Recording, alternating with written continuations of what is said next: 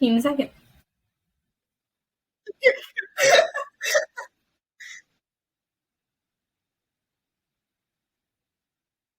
And I'm Savannah. Oh, hello, everyone. You're listening to Those Are the Girls with Mallory and Friends. I'm Mallory. And we are changing culture and bringing back traditional values. Okay, so this is part 2. Yes, part so 1 Classy Chicks podcast. Of our conversation on Classy Chicks Savannah's podcast. The topic that we're going to be continuing with can Mallory. You tell us, like, and my podcast, maybe Classy 2 sentences, podcast, what your podcast is about? All really things quick? Faith, femininity, and the pro-life movement. And it's really just me and other girls who are my age, a little older than me, a little younger than me, talking about how to live as Christian Catholic women in our world today. So go check it out, Classy Chicks Podcast at Classy Chicks Pod on Instagram, and hear what Mallory and I discussed and what we're going to continue to discuss.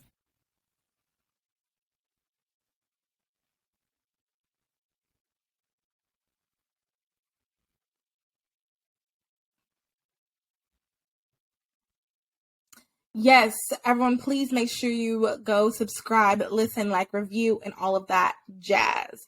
Okay, so back to our conversation. We're talking about purity culture versus chastity culture, and I just got through explaining we basically went through, I believe, a little bit about now the we're literally just recording this back to back, and I don't know why I'm blanking on the last thing I said. Circling back to the fact that this all kind of has to do with remember?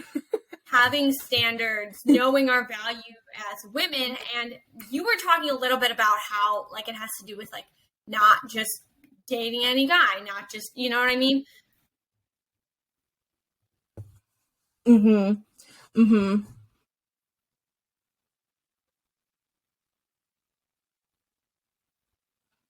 Mm-hmm. Mm-hmm. Mm-hmm. Yeah, so it really, if we as women, and if we taught our young girls about having standards, standards is the perfect word for that, having standards of what do we let in our body, who do we let have access to us, I think that will make a huge difference. And I think also once we do that, the men will step up. But I think right now, the men are down low, and we're accepting that. If you're a man, no offense to you, but think about your brothers. Y'all have some issues.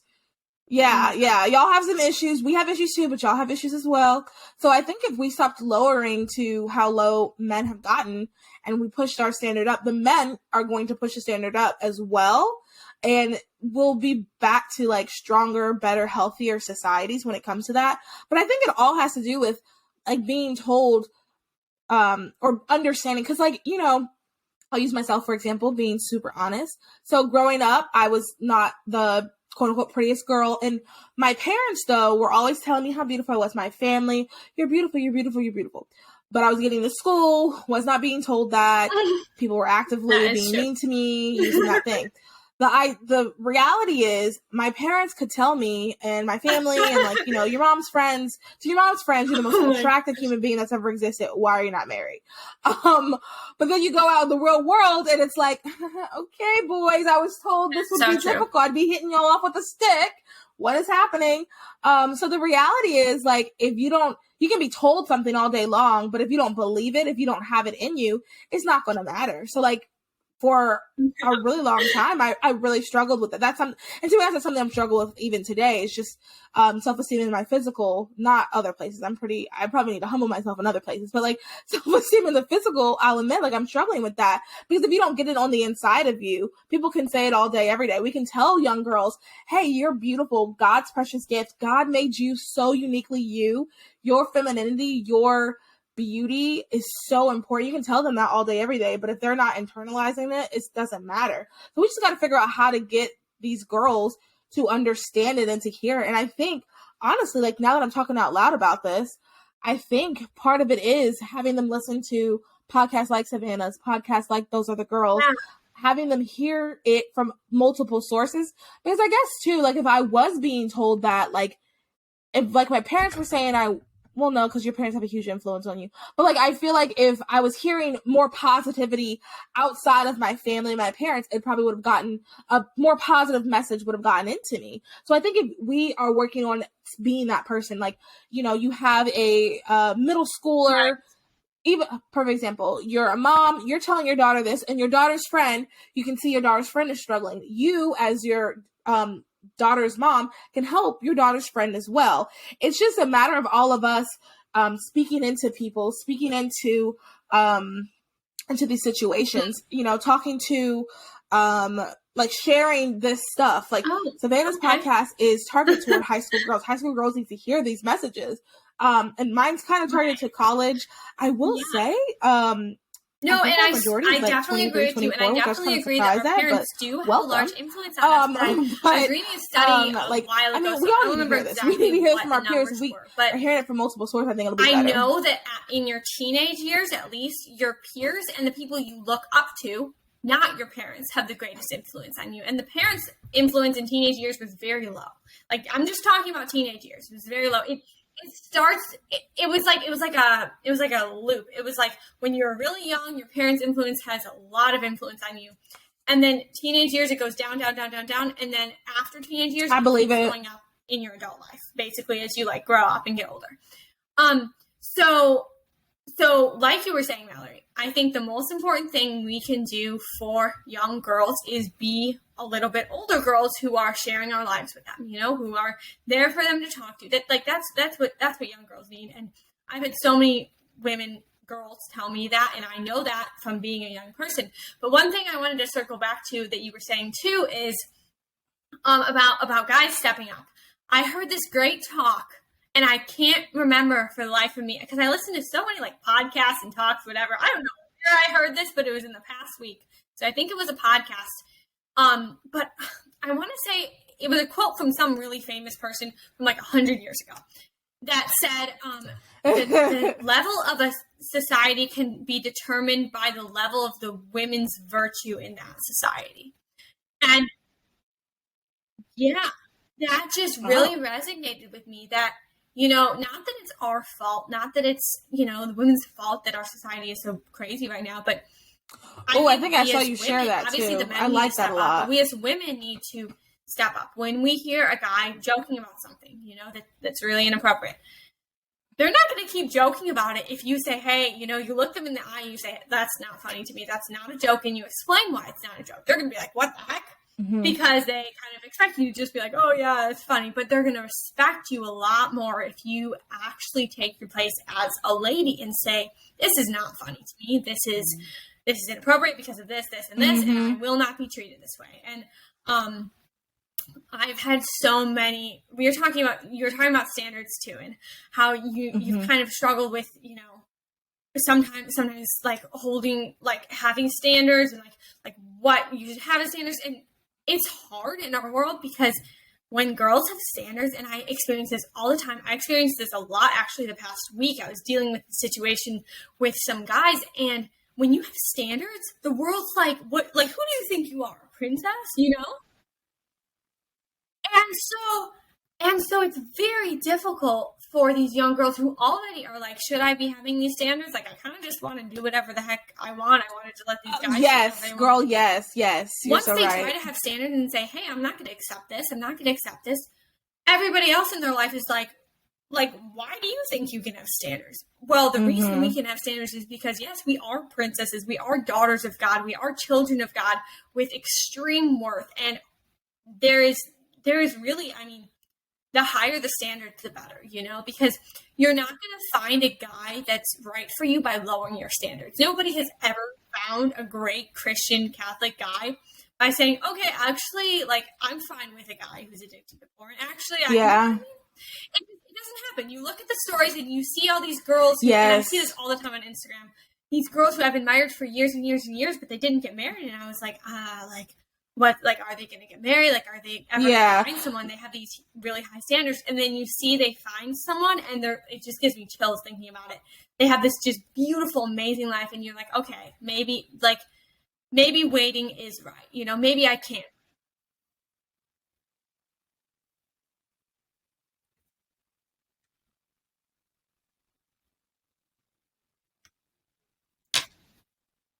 Yeah. Yeah, and just to piggyback off of that, the standards thing is so true and it's so important. I think about this all the time. I'm 27. I'm old in Christian conservative circles to not be married. They like you to be married by 23. I'm not, and I think about the standards thing a lot. I think about it a lot because the reality is, now that I'm dating older, because I am older, sometimes there's a lot of guys right now out there in the world that are not the standard. That a huge thing, I will not budge on this, is pornography. And I was talking to this guy about it. This was last year on one of my 3 dates in the whole year. Exactly. Another guy I went on a date with recently was like, you've only been on... Thank you. That's what I said. He was like, you've only been on 2 dates? You're a young adult. And I was like, yes, I am. I have a high standard. Not everybody... You should be happy you're here. No, I didn't say that. But that's what I was thinking. You're like, yeah. I should have said it. Like, I'm so good at that. Like... Once it's over, I have all these like, oh, I should have said this. But during the time, I was just like, yeah, it's only been 2. Is that weird? Like, yeah. Anyway, so we were talking about pornography. Pornography is a standard I will not give up. I understand, especially because of technology these days, men have seen it. It's not, I realize that meeting someone who's never seen porn ever at, 20, 30 something, is probably impossible. But if you're actively still watching it, or even if you think it's not that big of a deal, that's a line I'm not comfortable with. And I told him that, and he was like, well, you're never going to find a guy then. Guys are watching, even those little Christian guys that you probably want are watching. And I said, okay, then I guess I'll never find a guy, because that's just something I'm just not going to budge on. That,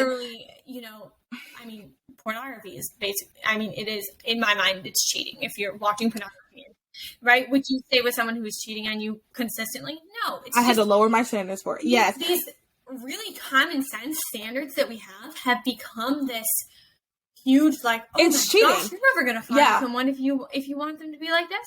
Well, what I say, I just say, well, watch me, I will. And in the meantime, I'm not going to be exactly.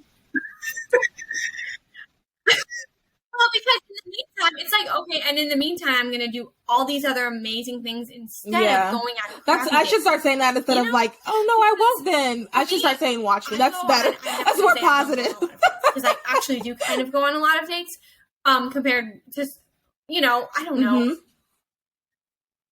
Yeah. I was thinking, I kind of do, but also compared to a lot of people, I don't at all. I know people who are single who go on dates every night, and that is not probably compared to 3. It's okay. It's fine. I need to work on that. I'll admit that. Or less. But because I am particular, but I will say, I have not been on a second date in a very long time. Yeah. Because you kind of sometimes you'll meet a guy, like I just meet a lot of guys random places. I go to a lot of Catholic events that I meet guys at, and you're like, oh my gosh, this guy has some potential, right? And then there'll be certain things that he won't budge on and that you won't budge on, and if you don't budge on them, you're not right for each other. You're not gonna help each other grow. So I don't know. I think exactly, and that's okay. And it's not. People ask me all the time, well, are you worried that you're not going to find someone? And I can honestly tell you, I know a lot of people are worried. I can honestly tell you, and that's okay. I don't get worried. And maybe that's bad. Maybe that's unrealistic. But I have faith that, I pray for my future husband all the time. And I know that I do think that I'm called to marriage. And I have faith that if I... No, that's good. Worrying about it is not... my standards, he's going to come into the picture, because... lowering my standards is going to do nothing but cause me a lot of drama and a lot of terrible things and a lot of, just hassle while I'm waiting, instead of using my time to make a difference in the world. So that's just my little 3 cents on it. 2 cents. However you say that. That's 3 cents. Yeah. No, seriously. I think it's 2 cents. Well, 3 cents. Hey, you said a lot. 3 cents. That's okay.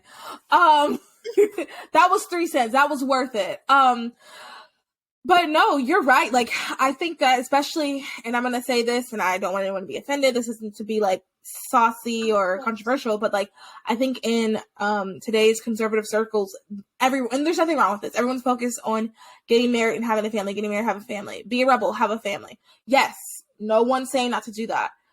But you guys, we have to make sure we're not settling. If you meet a guy and he's a really, not even, I don't want to say settling, because sometimes there could be a really good guy, but like if you go on like 5 dates and the whole time you're arguing on all 5 of the dates, maybe he's not the one. Maybe he's not. Like, I think sometimes we get really bogged in, and especially I'm talking to the older girls now, especially because like, I mean, we get so caught up in like, okay, I really want to be married. So, I mean, with that guy, we had the porn conversation over the phone, and then I was scheduled to have a date with him, I think like 3 days later. And I was like, should I just cancel the date? Because like, I'm not budging on this. But then I'm like, no, I mean, maybe there's other qualities. Maybe I can convince him not to be into porn. And like, really, I should have just canceled the date. Like, but you know, you get all caught up in like, well, I don't know. This could be the one. And we got to get out of that mindset. We have to like, be to have our standards and stick with them. And I know that like if I'm struggling with this at 27, I know there's girls who are, especially girls in college right now. I cannot imagine being in college right now. I mean, it was pretty bad when I was there. I cannot imagine how awful like the whole hookup culture, all that stuff is there, because this like lowering your standards is just going to make you upset. The date was okay, but it definitely, I could have gone without it. Like I wouldn't have died if I didn't go on the date. But, you know, you get into your head, well, you know what, like, maybe I can convince him. There's other really nice things about him. This is my standard. This is something I do not want to budge on. Because even in the conversation, I was like, well, you're not going to change my mind. Like, this is something that I'm not going, like, I don't like this. And, like, if we were to be in a relationship, I wouldn't tolerate it. And then we kind of just ended it. He didn't say yay or nay. Maybe I can change him. Well, no. But his silence was also his answer. He would still watch porn even if we were in a relationship. So I should have just cut it off. But you just get so caught up in your head, like, well, maybe, like, you know, I am in my late 20s. Yeah, no, fixer-up. You're very right. Fixer-uppers are not a house. Well, Melanie, I wanted men to are not houses. Kind of along these lines a little but bit. Yeah, so you started those other girls like a fixer-upper is a house. It's not a man. A lot. That's a good quote. Earlier than I've had my podcast for. I've had it for only about 6 months. I'm interested to hear, what are like 2 things that have come out of this podcast that you're really grateful for, maybe that you didn't expect, or maybe that you did expect and they actually happened?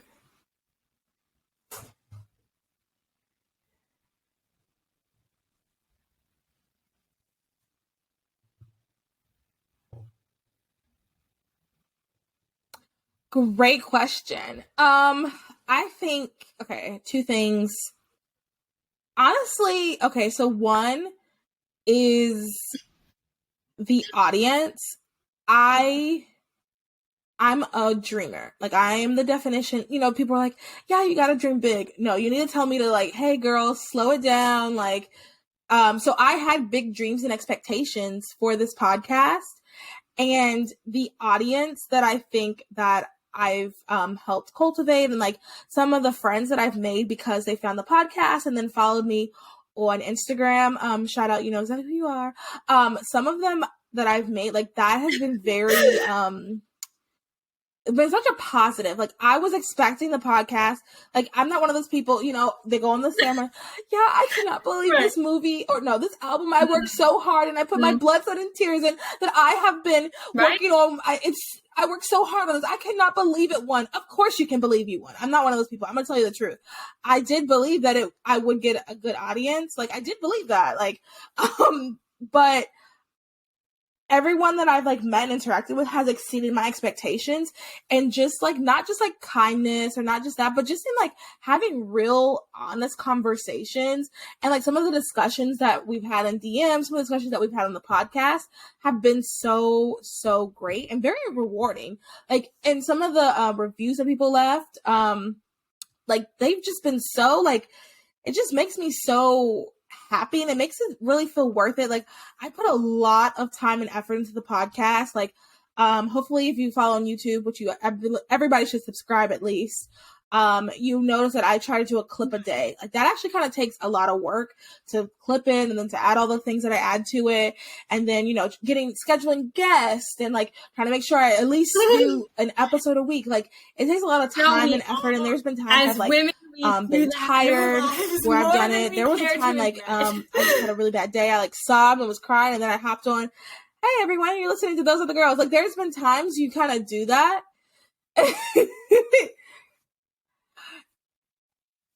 Yes, and I'm just so happy and grateful that people like it, that it's worth it. Like even though there's I think the spillover, they've been out for like a yearish and they just got to their 100,000 download, and I'm just at 35,000, and it's been my 2 years. You're like, well, actually, no, it needs to keep growing. Well, that's not as much as I wanted it to be, but at the same time, like I really do believe like who needs to hear it will hear it. So if it just stays at this 30, well, obviously if I do more episodes, it'll get more than 35. Well, no. But like, really, it wouldn't say at 35 because like the people who, if I just keep the same audience. Like if it's just the same audience, the same people that interact for the rest of the, those are the that's girls, what you do it. You don't do it for yourself. You do it for it feels so worth it that people get something out of it. It just feels so worth it that like, people are blessed. They learn something. Exactly. Someone in real life actually told me, someone who I didn't even know listened to the podcast. In real life, he saw me at an event and he told me that he listened to the episode where we talked about Title IX, about like the things that if you're pregnant and parenting in college, some of the things that you can have. And he said, oh, I didn't know any of those things. That was such an enlightening episode. And I was like, oh, I didn't know you listened, and I'm really glad you did. I'm glad you learned something. So moments like that have just been so rewarding. The second thing that has been really rewarding is having people gathering around to do the donations we do to the women's shelters. I had this idea. I read an article in college. Yeah, well, we haven't done it in a minute, but by the time this episode comes out, we'll have a new one, and I'll talk about that in a second. So I'll give you like the background. So in college, I read this article. I think it might have been by Vice, and it was talking about how like one of the least donated items to women's shelters are pads and tampons. And when you think about it, when you're homeless, you really need it. No matter what, your period is going to happen. Like as part of being a woman, that's your fifth vital sign, something to be happy and proud about, not embarrassed or ashamed. So you're going to need pads and tampons, but I'm assuming if you're homeless, that's not going to be the first thing on your mind. So exactly. Right. And honestly, it's kind of expensive. Like, cycle, probably. Yeah, you can buy like a cup, like maybe 3 from the gas station for like $2, but you can use 3 in one day, like a pad or something like that. Right. So, when I thought about it, I was like, okay, that is something. And then I thought, like, I'm very pro-woman. I love being a girl. There's a lot of people who talked about how they were tomboys growing up. That was not me. I have never once wanted to be a boy. I've been girly my whole life. Pink has been my favorite color. I'm a stereotypical girl, too. If you were to see my room right now, it's pink everywhere. I love glitter and sparkles. Like that's just been me. And I want other girls to feel that way. I want other girls to be proud to be a woman. Like being a woman is an amazing thing. So I really want to do things that are like women focused. So I was thinking, about 2 years ago, I think it was around December. So my mom's church, they have a women's shelter. And I was just thinking, I was like, you know what? I want to donate. Let's see if people will donate. I put up a GoFundMe. I think I made the goal like $100, and people donated. I want to say the first time was like 120 something. First of all, I was like, wow, people actually like donated. So that was the first thing I was like, okay, because people actually care. Because I posted things about donating before, and it's like, nobody, but like something like this, especially now that I had an audience, because before it was just like people from high school and college, and the reality it was people who are like people like me. So like, I'm not in a position right now that I can donate like $800 or something. That's just not where I am. So like, but now that I have an audience, there's people who can do that. And now that I've like grown my network, there's people who can do that. But at the beginning, it was just kind of like, nobody was really donating. But once we exceeded that 100, I think it was like 120 or something like that. And I went out and I bought the pads and tampons. I did a little video about it because I was just so like, wow, this is so great. And then we did it again and then we exceeded. And then we did it another time, then we exceeded. And it's just been like, that to me has been great because it also just shows that we're not just, right. And we're actually women out who of like our way to talk about being a woman and like we're on our high horse. Well, I've never been homeless. I've never had to wonder about period poverty. But that's not us. We're people who actually care about other people. And exactly. And I love that. And speaking of that, I'm going to talk about this, probably the episode of Those Other Girls before this. But I'll mention this again for those who are just tuning in for the first time. So because of that, someone reached out and a middle school in Charlotte, they need pads and tampons. So what we're going to do, I'm going to have the GoFundMe link up, and we're going to, and so before I would just go to Walmart, whatever's cheap, just grab different types. But now I do want to be a little bit, especially for like middle school. So I'm only doing organic. So that A, that's going to be a little bit more expensive. But B, I feel better doing that. And what we're going to do is, we're going to get the tampons from Garnu, and then I'm going to try to find a decent, And I want to do pads and tampons because growing up, I only wore pads. So I don't want to, I don't want those girls to feel left out. So I'm going to do the tampons from Garnu only, and then I'll do the pads. I don't think I'm find an organic. I just followed them on Instagram. Until Garnu gets pads. Come on, Macy. Oh yeah, I will. They sent out that, I don't know if you're on the email list. They sent out a survey. They're going to soon, hopefully. Yeah. Join the email list because you get updates on things. So they sent out a survey, so I'm excited. So for the month of September, that's what we're going to be doing. We're going to be raising money for that. And I'm going to go out and we're going to get a bin, and we're going to have all these pads and tampons for the girls. And then if you guys have ideas, I want to have like a little card or something, because it is a public school. Like if it was a Christian school, I'd be like, we're going to put nothing but verses, and then we're going to like, but it's a public school. So, and they're in Charlotte, for whatever reason, very strict on this. So I want to put something about like, your body is valuable. I don't know. I'm going to figure that out in the next couple of weeks. So yes. Okay. Yes. Well, they heard about the pads and tampons at the shelter. So someone at the shelter told them, he's the counselor or something like that. He's somebody at the middle school told him. And then he was like, oh, well, she does. Well, we actually need some too. So we're going to do this. And like, this is just I think this is such a great opportunity to pour into women, because it is a Title, women, pour into girls. It is a Title I school. So these are girls that are not in the best home situations. And I've shared the story before, but I'll share it again in case people have not heard it. I worked for a summer camp that helps like in an inner city. So it was children who, were not on the wealthy side. So one of the days, one of the girls didn't, actually it was like 2 or 3 days, one of the girls didn't come in. We're like, hey, where you been? Like, we missed you. And she said she started her period, and her grandma didn't want her to leave because she didn't have any pads. So, and it's like, the summer camp's fun. And think about, so this is happening during summer camp where, she can miss a day. I mean, all we do is go swimming or like do something like that. That's fine. But school, she needs to be in school. So like, that's why like these, the nurse's office has to have tons. Like, it's just good for her to have tons. So at least at least she can maybe put a pad on when she goes home, and then maybe in the morning she might have to leak a little bit, but then when she comes back to school she can grab another one, or even take a couple home with her. So that's why it's so important. You need to find them, but and something I feel like we don't really think about, because it's just natural. I'm on my have that much money to spare, that might not be something that they think about right away. Yeah, and it cause them a lot of different problems that they might not think about right away, and they might not think about for their daughters.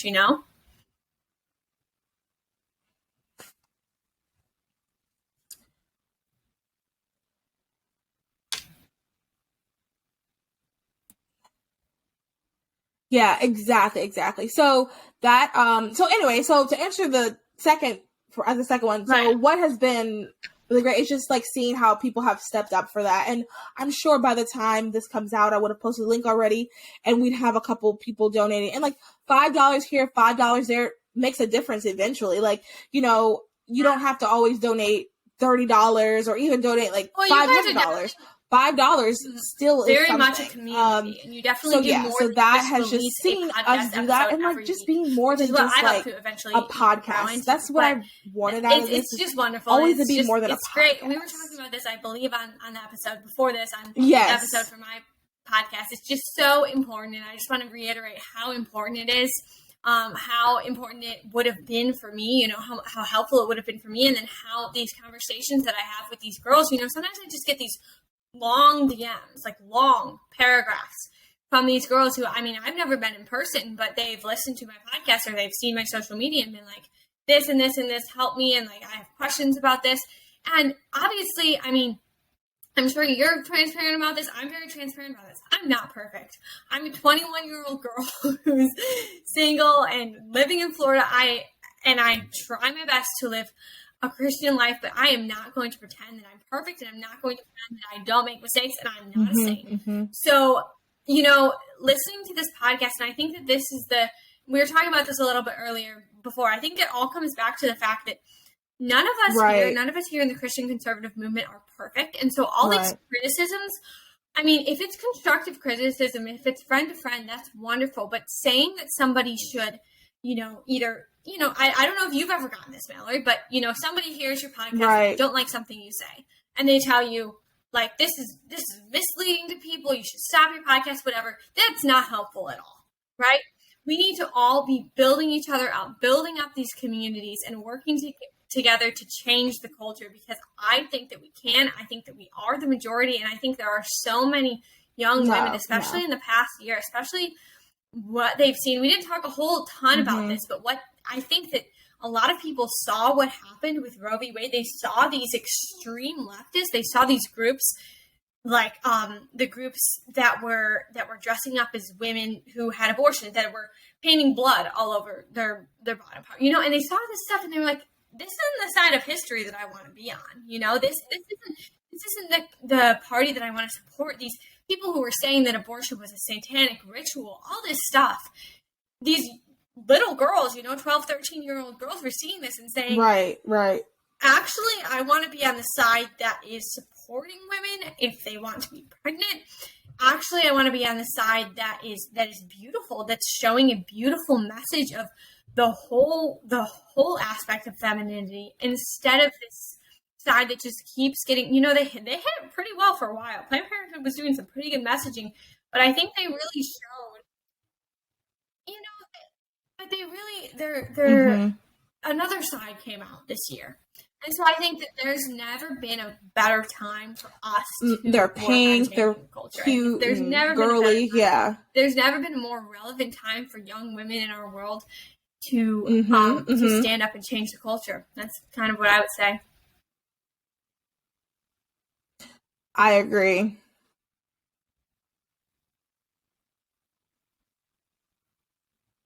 Yes. I agree. And we can wrap it up with this. I definitely also think that, like you said, there's never been a time, and more people are wanting something else. I know that for me, when the pandemic happened, I am an extrovert. So like not being in North Carolina, we were locked down. So not being able to see people, like I was taking walks around my neighborhood just to talk to somebody. Yeah, are there people like, you know, walking past people having like full blown conversations of people who lived in my neighborhood that I had never seen before, but we're talking about stuff, and there are a couple people who I know were doing the same thing, because we would sit there for 30 minutes, and it's like, I would have never talked to you for 30 minutes if I actually had other things to do. Anyway, so during that time, I personally was really seeking something I was really seeking because I left school, I had to finish online. I'm not an online school person, so that's a whole other conversation. But, you know, I applied to a job, I didn't get the job. So it was just so much things. I was just seeking and seeking and seeking. And first I should have been seeking the Bible. So that's the first thing. But secondly, realistically, there's also subsequent things that you can seek. And I'm not saying that our podcasts are these spiritually led, wonderfully articulately biblical podcasts. I'm not saying that at all. What I'm saying is when you're searching and you want to find something is grounded in truth. I will say that we're pretty grounded in truth. Right now who they're going to find us. They're going to find these podcasts. They're going to find reach out to one of us too. Alex Clark's podcast, Ali Stuckey's podcast. We'd love to talk to you about leave. I don't know, do you have the ability to leave voicemails on your podcast? And they want to help you if you're looking. Yeah. Well, I mean, you can send Yeah. you can send Mallory a DM. Then definitely, if you have questions that you want her to answer, you can. If you go to my my Instagram, I don't always have it up, but sometimes on my stories I put up a link for people to leave me a voicemail. That I could answer anonymously or not anonymously in my podcast if anybody has any questions. But yeah, we just want to be here for the young women of America and show you that there is, as No Southern Girl says, there is another way to live. There is a way to live a wonderful, amazing life and be Christian, conservative, and just live a very healthy lifestyle. So.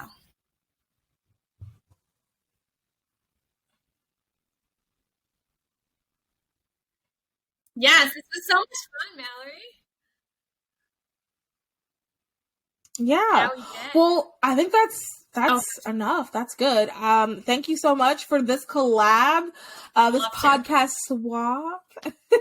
Yes, this was really good. We had great conversations. We definitely have to talk again. I definitely want to do another episode just about purity culture versus chastity culture. I would love to do a full episode on that. We'll definitely have to talk about that later. So if you liked this a lot, head over to Classy Chicks. And at Classy Chicks Pod is the Instagram. Classy Chicks is the actual name when you type it in Apple and Spotify. No, that's amazing. That's amazing. And then if you liked this, make sure you're subscribed to Those Are the Girls, Apple, Spotify, everywhere you listen to podcasts. Also, subscribe to our YouTube channel. We're trying to grow that. And it will just be really cool. It's so helpful. It just, it takes, I'm sure, double the time. So, props to Mallory. Yes, yeah. I love doing the video because people can see your facial expressions and Anyway. Yeah, it does, yeah. Yeah, it isn't, it's not the same as just the audio, but that's okay. Anyway, everyone, thanks so much for listening. Everybody have a good rest of your day. Bye.